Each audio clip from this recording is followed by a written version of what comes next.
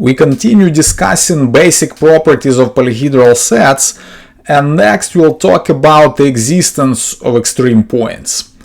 So assume that we have a polyhedron in Rn, which is defined by the inequalities given by AI transposed x is less than or equal to bi for I between 1 and m, and assume that this polyhedron is non-empty.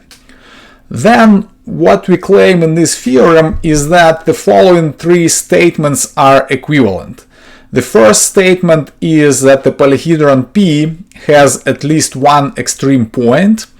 The second statement is that there exist n vectors out of the family of the vectors a1 through am, such that these n vectors are linearly independent. And the third statement is that the polyhedron P does not contain a line. While it is clear geometrically what it means that the polyhedron doesn't contain a line, let's express this algebraically. So this is the opposite of containing a line, right? And we'll say that the polyhedron P contains a line if there exists a vector x in P, so this is just some point belonging to the polyhedron, and the non-zero vector d, this is the direction that we use for the line, such that x plus lambda d belongs to the polyhedron P for all scalars lambda. So essentially, if this is our x and this is the direction d, then we can move any distance along this direction as well as in the opposite direction negative d and still stay within the polyhedron P. Before proving this theorem, we are going to mention a very straightforward corollary which states that a non-empty polytope must contain an extreme point. So what is a polytope? It's a bounded polyhedron, right? And the bounded polyhedron obviously doesn't contain a line, and according to this theorem, P will have at least one extreme point if and only if it does not contain a line. Therefore, this statement obviously follows from the theorem. Now, since the theorem states that these three statements are equivalent, the way we can establish it is by showing that 1 yields 2, then 2 yields 3, and 3 yields 1. So this will be our strategy here. So let's start by showing that 2 follows from 1. So recall that the first statement was P has at least one extreme point, and we need to show that this implies that there is a set of n linearly independent vectors among the vectors a1 through am, which are the normal vectors of our defining hyperplanes. And in fact, this follows from the statement that we proved before. Recall that we showed that a point from the polyhedron P is an extreme point of this polyhedron if and only if it lies on the intersection of n linearly independent defining hyperplanes. Clearly, this means that there must be a set of n linearly independent vectors among a1 through am. Next, we are going to establish that 2 yields 3. And again, the second statement was that we have n linearly independent vectors among a1 through am. And the third statement was that there is no line in the polyhedral set P. So we'll show that the second statement implies the third statement. We will use contradiction to prove this. So we assume that the second statement holds, meaning that there are n linearly independent vectors among a1 through am, but the third statement doesn't hold, meaning that P does contain a line. Say, let this line be given by x plus lambda d, the set of points x plus lambda d for all lambdas in R, where x is a point in the polyhedron. So, and the direction d defines our line, right? And of course, this direction d is supposed to be non-zero. The fact that this line belongs to the polyhedral set P means that all the constraints defined in the set P must be satisfied for all the points belonging to the line, right? So, and all the points belonging to the line are given by x plus lambda d for all lambdas in R. So, and the inequality constraints that define our polyhedron were AI transposed x is less than or equal to bi for I between 1 and m. So when we plug in the points belonging to the line instead of x, then all of these inequality constraints must be satisfied for all lambdas in R, right? So now what this means is that AI transpose D must in fact be 0 for all I between 1 and m. Why? Because this inequality here is the same as AI transposed x plus lambda AI transposed D is less than or equal to bi. And look, this must be satisfied for all real lambdas. AI transposed x is going to be a constant because x is fixed. It's a point in the polyhedron, right? Then D is also a fixed direction once we have the equation for this line. So AI transpose D is also going to be a constant. Then the right hand side BI is a constant. And the only thing that changes here is lambda when we try to look at all the points along the line. So clearly we can always select a lambda such that this inequality will be violated whenever this part here is not equal to 0. So in order for this inequality to be satisfied for all the points on the line, we need to make sure that this part is equal to 0 here. So AI transpose D must be equal to 0 for all I between 1 and m. But now we have the assumption that there are n linearly independent vectors among these vectors a1 through am, right? If we pick these n linearly independent vectors and consider the system AI transpose D is equal to 0 for I between 1 and n, let's say, so without loss of generality we could assume that the first n out of these m vectors are linearly independent, then what we have here is a system with n equations and n unknowns, right? So because D is a vector of length n, and because AIs are linearly independent, this system has a unique solution. And because D equal to 0 is a solution to the system, this unique solution is given by D equal to 0. And we get a contradiction with the fact that D is in fact a non-zero direction. This means that our assumption that P contains a line was incorrect, and therefore the statement 3 saying that no line is contained in P follows from the statement 2. Alright, so we have P does not contain a line, and this part has been established. Now, to complete the proof of the theorem, we just need to show that the statement 3 yields the statement 1, and recall that the statement 3 was that there is no line in P, and statement 1 was P has an extreme point. So this is the final part of the proof. Again, we assume that P contains no line, and we need to show that then P has an extreme point. So let's first sketch the idea of the proof geometrically. So assume we have some polyhedral set here. So say this is our polyhedral set right here, and we assume that P does not contain a line. Okay, so the way we are going to proceed, we start with an arbitrary point that belongs to P. So let's say this is our point X. Then we'll look at the number of linearly independent defining hyperplanes that intersect at this point. Alright, so in our case this number is 0, so there are no defining hyperplanes that would pass through this point, right? Therefore we can select an arbitrary direction, so say this is our direction D, and we'll look at the line that passes through X along this direction. So we can move both this way and the opposite way. Alright, so when we move along this direction, because we know that P does not contain a line, eventually we are going to hit one of the constraints.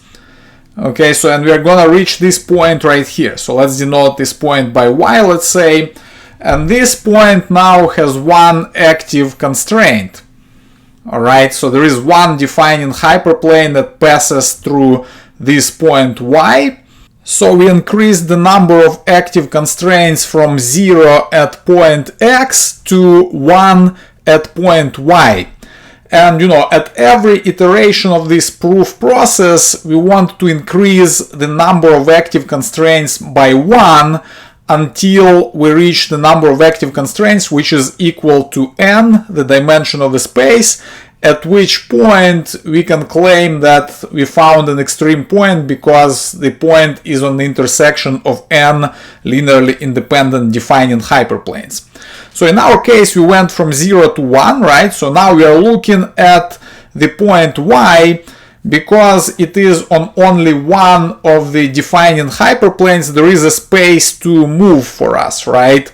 So we are going to keep this constraint as active, and we are going to find a line which will belong to this active constraint. So clearly we can move to the right and to the left of point Y, right? And again, looking at this line that corresponds now to this active constraint, since P does not contain the whole line, eventually we are going to hit some constraint and violate it, right? So if we move along this line in both directions. So in our case, if we move to the left, then we are going to hit this constraint right here.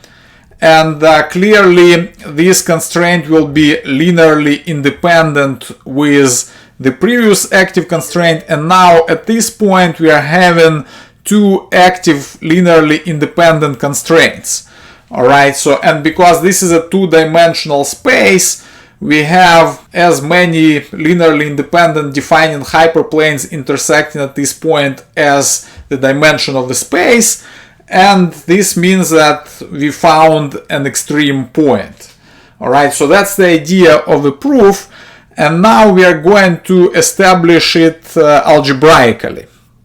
So we assume that P does not contain a line, and then just like in our illustration, we take an arbitrary point X that belongs to P, and we look at the active constraints at this point. Alright, so let I of X denote the set of active constraints at the point X. So we look at how many linearly independent vectors are among AIs such that I belongs to the active set, and if this number is n, then we conclude that X is an extreme point because it lies on the intersection of n linearly independent defining hyperplanes, right?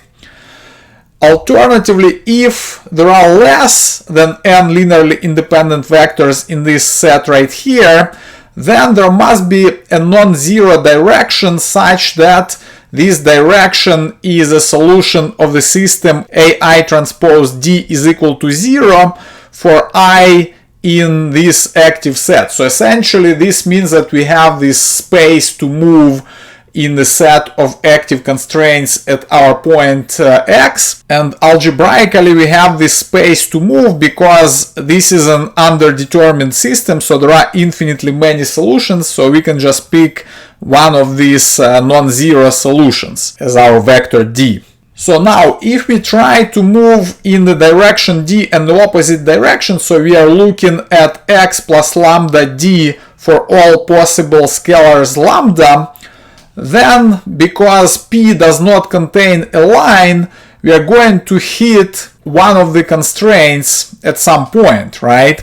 So clearly this line is going to belong to the intersection of the hyperplanes from this active set, so all of these constraints will still remain active for all the points along the line here, alright, and because P does not contain a line, as lambda varies, we are going to violate some constraints. Now, this means that at some point we are going to hit a new constraint as we move along the line, right? So there exists some step size lambda star here, such that we are going to have a new active constraint at the point that we obtain by moving the distance lambda star along the direction d.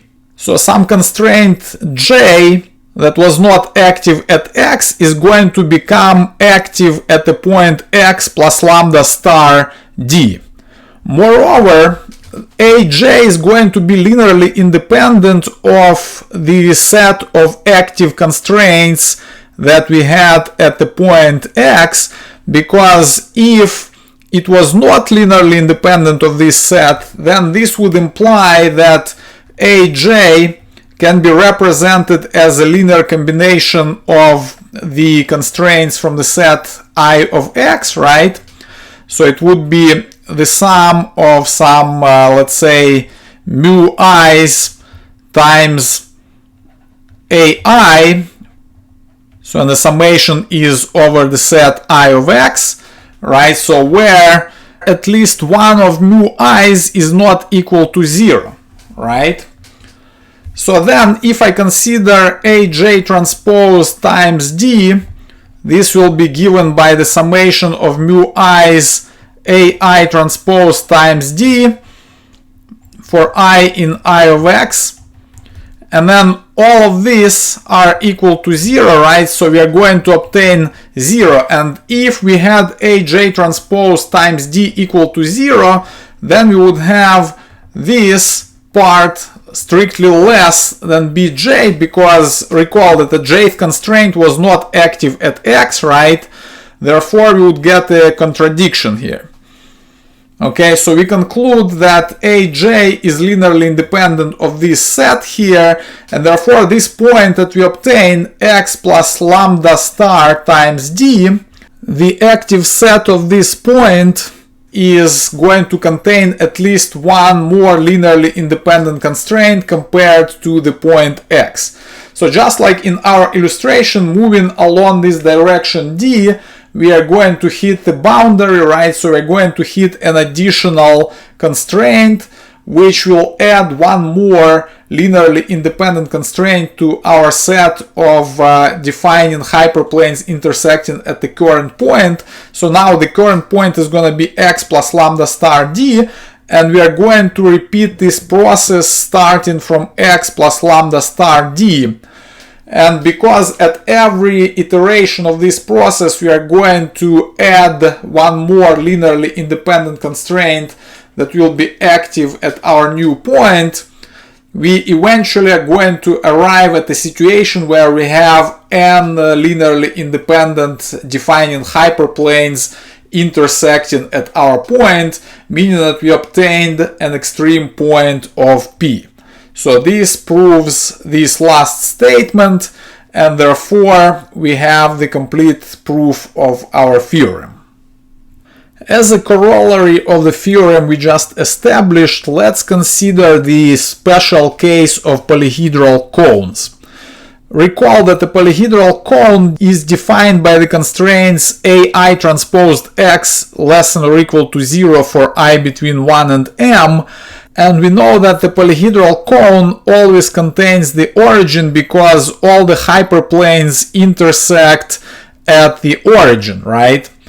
Therefore, in this case, we have the equivalence of the following three statements. The first statement is that the 0 vector is an extreme point of C.